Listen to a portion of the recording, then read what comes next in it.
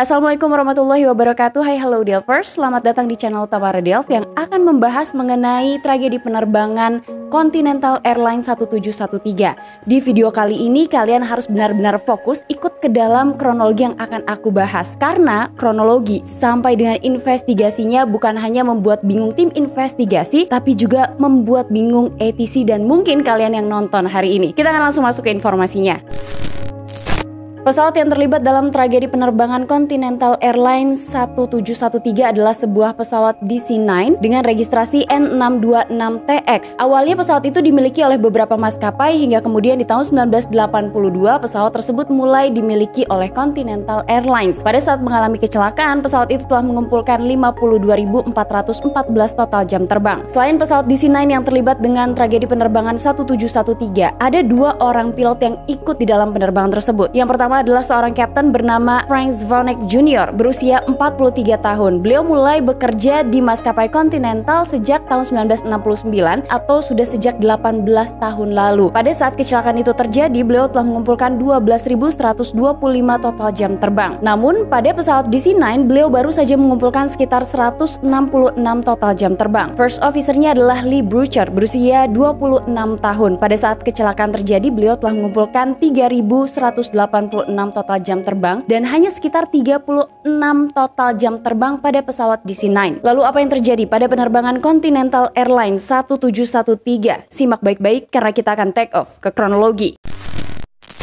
Tanggal 15 November 1987, sebuah pesawat DC-9 akan dioperasikan oleh penerbangan Continental Airlines 1713. Pesawat itu terjadwal untuk terbang dengan rute Denver, Colorado menuju ke Boise, Idaho. Di dalam penerbangan itu terdapat 82 orang dengan 77 diantaranya adalah penumpang dan 5 orang kru. Penerbangan sendiri akan memakan waktu selama 2 jam. Sesuai dengan jadwal penerbangan, seharusnya Continental Airlines 1713 itu akan lepas landas sekitar pukul 12 lewat 25 siang waktu setempat. Namun tetap disesuaikan dengan kondisi cuaca di Denver karena sejak pagi hari turun salju lebat di sana. Kondisi salju tebal yang ada di Denver ini bukan hanya menyulitkan para pilot tapi juga menyulitkan ATC karena saat itu ATC Denver belum memiliki ground radar sehingga mereka harus mengatur dengan benar pesawat-pesawat yang akan lepas landas dari bandara Denver. Tugas ATC adalah membuat pesawat-pesawat yang akan lepas landas dari bandara Denver untuk lepas landas sesuai dengan jadwalnya. Karena ATC Denver tidak memiliki ground radar, maka kemudian semua pergerakan dari pesawat-pesawat yang akan lepas landas harus dilaporkan oleh para pilotnya pada petugas ATC. Siang itu setelah penerbangan Continental Airlines 1713 mengalami delay sekitar 1 jam, kemudian ATC mulai menginstruksikan dan memberikan izin pada beberapa pesawat untuk lepas landas. Di antaranya adalah Continental Airlines 1617 dan juga meminta penerbangan Continental Airlines 65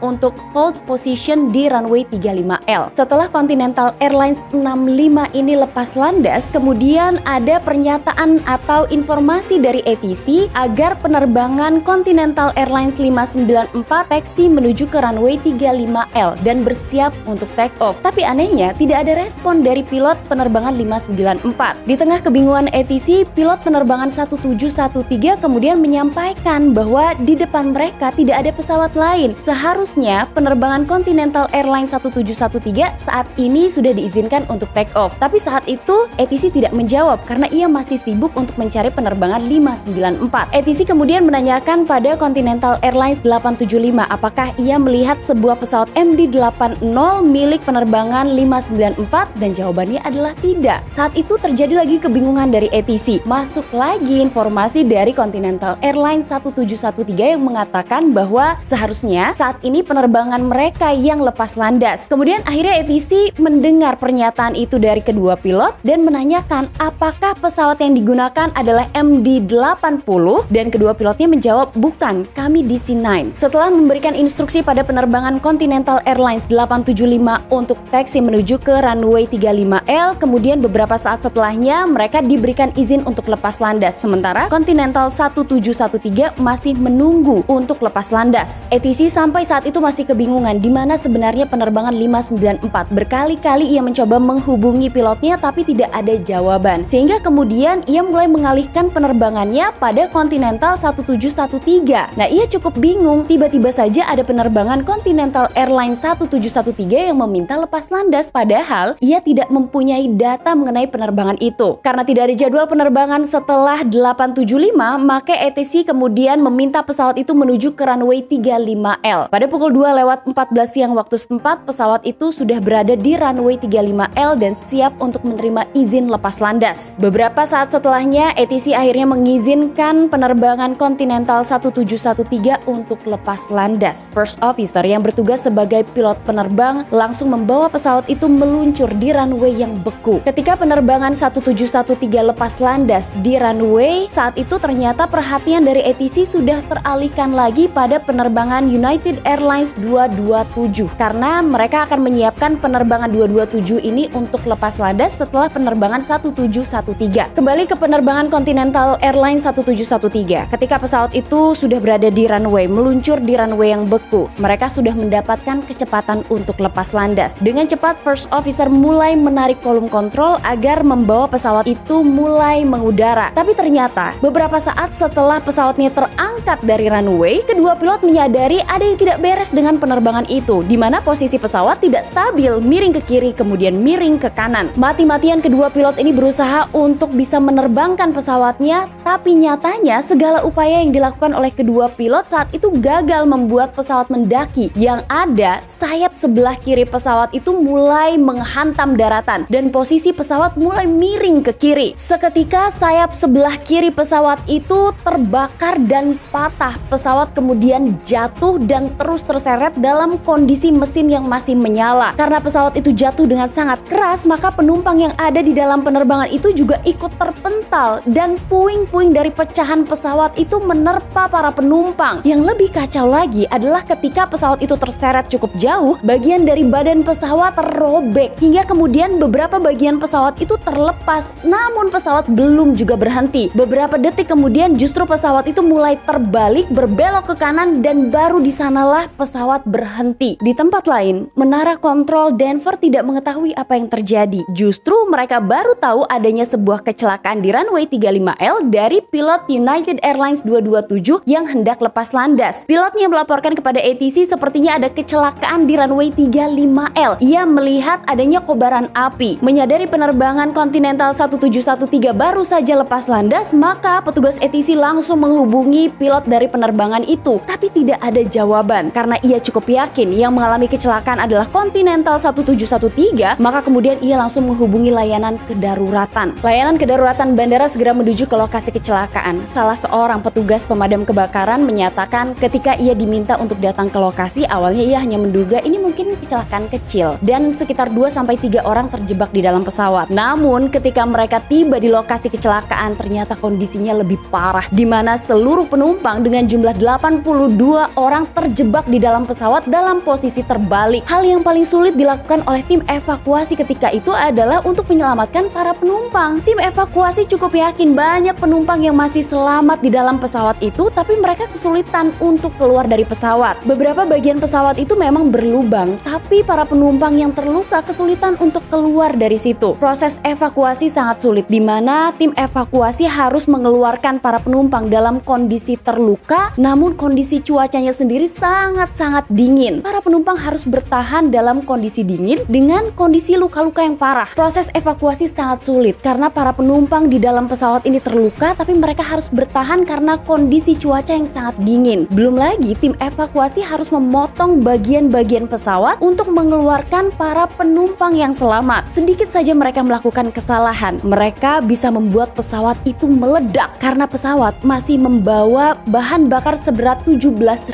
pon. Setelah dilakukan evakuasi, 28 orang penumpang dinyatakan meninggal dunia termasuk kedua pilot, sementara 54 lainnya dinyatakan selamat namun mengalami cedera. Melihat posisi pesawat yang masih berada di runway, maka NTSB percaya bahwa pesawat tersebut telah gagal dalam upaya lepas landasnya. Awalnya ada beberapa dugaan penyebab dari jatuhnya penerbangan 1713. Di antaranya adalah konfigurasi lepas landas yang tidak tepat, kemudian penumpukan es. Setelah itu ada juga dugaan karena kondisi runway yang beku, dan mungkin saja ada efek dari pesawat lain yang mendarat ketika penerbangan 1713 itu hendak lepas landas. Tapi ternyata semuanya terbantahkan karena adanya informasi mengenai proses de-icing yang dilakukan oleh penerbangan 1713 sebelum lepas landas. Maka kemudian tim investigasi mencoba untuk menyelidiki bagaimana proses dari penerbangan itu sejak keluar dari fasilitas de-icing hingga akhirnya lepas landas. Mengutip dari Aircraft Investigation, dalam manual book operation maskapai, pesawat yang sudah dibersihkan dari lapisan es harus segera lepas landas dalam waktu 20 menit. Karena jika lebih dari itu, maka akan terjadi lagi tumpukan es di permukaan pesawat. Tim investigasi menyelidiki pergerakan pesawat, berapa menit sebenarnya waktu yang dibutuhkan setelah pesawat itu keluar dari fasilitas de-icing sampai akhirnya lepas landas. Ketika dihitung-hitung, tim investigasi menghitung mulai dari kedua pilot menyalakan mesin, kemudian melakukan pemeriksaan daftar pre-taxi dan melakukan taxi. Mereka sudah memakan waktu sekitar hampir 20 menit. Sementara itu mereka melakukan penyelidikan lebih jauh lagi. Ketika tim investigasi meminta data dari menara kontrol, mereka baru tahu setelah pesawat itu taxi menuju ke runway 35L, pesawat tidak langsung lepas landas. Nah, justru menara kontrol mengizinkan penerbangan-penerbangan lain hingga akhirnya penerbangan 1713 harus menunggu sekitar 7 menit. Salah satu alasan pesawat itu menunggu karena ATC kehilangan sebuah pesawat, yaitu penerbangan Continental Airlines 594 yang ternyata baru diketahui pesawat itu tidak taxi menuju ke runway 35L karena pesawatnya pergi menuju ke fasilitas de-icing. Mereka mematikan radio komunikasi sehingga ATC tidak bisa menghubungi penerbangan 594. Karena adanya beberapa gangguan inilah akhirnya membuat penerbangan 1713 baru bisa lepas landas setelah 27 menit dari proses de-icing. Inilah yang mungkin menyebabkan penerbangan itu kesulitan pada saat proses lepas landas. Hal itu ternyata dibenarkan oleh salah seorang saksi penumpang yang duduk di dekat sayap pesawat. Ia menyebut memang ketika pesawat itu hendak lepas landas, ia melihat adanya tumpukan es di sayap pesawat. Investigator perlu bukti apakah memang tumpukan es di sayap pesawat itu dapat mengakibatkan gagalnya upaya lepas landas. Pabrikan pesawat justru memberikan data yang mengejutkan, di mana mereka menyebutkan sejumlah es tipis yang menumpuk di sayap pesawat DC-9 sudah cukup untuk menurunkan kinerja pesawat hingga 25 knot. Investigator percaya bahwa ada hubungannya antara lapisan es yang berada di sayap pesawat dengan tragedi penerbangan 1713. Tapi mereka masih yakin ada penyebab lain yang akhirnya mengakibatkan penerbangan itu jatuh di runway. Setelah dilakukan penyelidikan pada FDR, mereka mulai mengungkap bahwa pada saat proses lepas landas, ketika pilot menarik kolom kontrol, saat itu hidung pesawat terlalu naik 2 kali lipat dari yang seharusnya. Inilah yang kemudian menjadi pertanyaan tim investigasi. Jika di sayap pesawat ada tumpukan es tipis, kemudian first officer menarik hidung pesawat terlalu tinggi ke atas, pesawat itu mengalami stall. Jelas pesawat itu tidak akan bisa mengudara. Hasil penyelidikan tim investigasi mengungkap bahwa ada yang tidak beres dengan kedua pilot dari penerbangan itu. Tim investigasi tidak habis pikir bagaimana dua pilot yang berpengalaman bisa salah dalam upaya lepas landasnya. Tim investigasi menyelidiki latar belakang dari kedua pilot. Kemudian mereka mulai mendapatkan jawaban ketika melakukan pemeriksaan terhadap latar belakang dari first officer. Mereka kemudian mengungkap sebelum bekerja di maskapai Continental Airlines, first officer ini bekerja di beberapa maskapai. Kemudian dari 2 maskapai sebelumnya ia dipecat karena memiliki masalah dalam mengerjakan tugasnya. Belum lagi ia sempat gagal ujian penerbangan. Tim investigasi aneh kenapa pilot bermasalah seperti yang dialami oleh first officer penerbangan Continental ini bisa diterima di maskapai Continental Airlines. Pihak maskapai mengatakan mereka bukan tidak memeriksa latar belakang first officer, mereka memeriksanya, tapi catatan-catatan keburukan yang pernah dialami oleh first officer tidak dituangkan di latar belakang first officer pada saat melamar ke Continental Airlines. Sementara itu, tim investigasi beralih pada sosok kapten, dan kapten juga diketahui baru saja menjadi kapten pada pesawat DC-9 kurang dari 1 bulan sebelum kecelakaan, dan kedua pilot ini diketahui belum pernah menerbangkan pesawat DC-9 dalam kondisi runway yang beku. Tim investigasi menjadi paham kenapa kapten tidak menerbangkan pesawat menuju menuju ke Denver, tapi ia menyerahkan kontrol pesawatnya kepada first officer yang dianggap cukup memiliki pengalaman untuk terbang dengan pesawat DC-9 dalam kondisi runway yang beku. Dan hal itu juga yang mengungkap kenapa Captain tidak mengambil kontrol penerbangan ketika pesawat itu mengalami detik-detik kritis sebelum kecelakaan. Captain tidak berusaha untuk memperbaiki posisi pesawatnya dengan mengambil alih kontrol penerbangan. Diduga karena ia tidak cukup paham dan tidak cukup percaya diri untuk mengambil kontrol penerbangan dari first officer. Kombinasi captain baru dan first officer bermasalah dan juga lapisan es akhirnya membuat penerbangan 1713 tidak pernah meninggalkan bandara Denver. Lantas tim investigasi mencoba untuk mengungkap kenapa penerbangan 1713 ini tidak pernah ada dalam panel milik ATC. Ternyata ketika pesawat itu keluar dari fasilitas de-icing, seharusnya mereka meminta izin untuk taksi ke runway 35L. Tapi kedua pilotnya tidak pernah meminta izin kepada ATC sehingga ATC tidak menempatkan pesawat itu seperti data yang seharusnya. Tiba-tiba saja penerbangan 1713 berada di taxiway kemudian menunggu untuk izin lepas landas. Tragedi penerbangan Continental Airlines 1713 ini tidak lepas dari kekeliruan ATC dalam mengatur barisan pesawat karena diakui oleh ATC saat itu ia mengatur setidaknya 4 penerbangan milik pesawat Continental Airlines. Yang berbeda hanyalah nomor penerbangan dan tujuan keberangkatannya. Beberapa rekomendasi dikeluarkan oleh NTSB untuk memperbaiki dunia penerbangan di kemudian hari. Salah satunya adalah agar captain maupun first officer yang tidak berpengalaman tidak diperbolehkan berada dalam satu penerbangan yang sama. Sehingga jika sesuatu hal buruk terjadi di dalam penerbangan, salah seorang pilot ini bisa memperbaiki kondisi penerbangannya hingga tidak akan terjadi tragedi penerbangan lainnya. Nah Delvers, itulah informasi dari channel Tamara Delv yang membahas mengenai Continental Airlines 1713. Satu lagi sejarah penerbangan dari channel ini yang sudah dibahas untuk kalian. Dan satu lagi pelajaran mengenai adanya sebuah tragedi penerbangan yang disebabkan karena kedua pilotnya kurang berpengalaman, kemudian adanya tumpukan lapisan es di sayap pesawat. Semoga informasinya bermanfaat. Terima kasih kalian sudah nonton. Jangan lupa di subscribe, dinyalain lonceng notifikasi, di komen-komen, dan di like juga ya. Sampai ketemu di episode selanjutnya. Assalamualaikum warahmatullahi wabarakatuh. Bye-bye. Yang pertama adalah seorang kapten bernama Frank Zvold. Tugas ATC ada. Sibuk ya.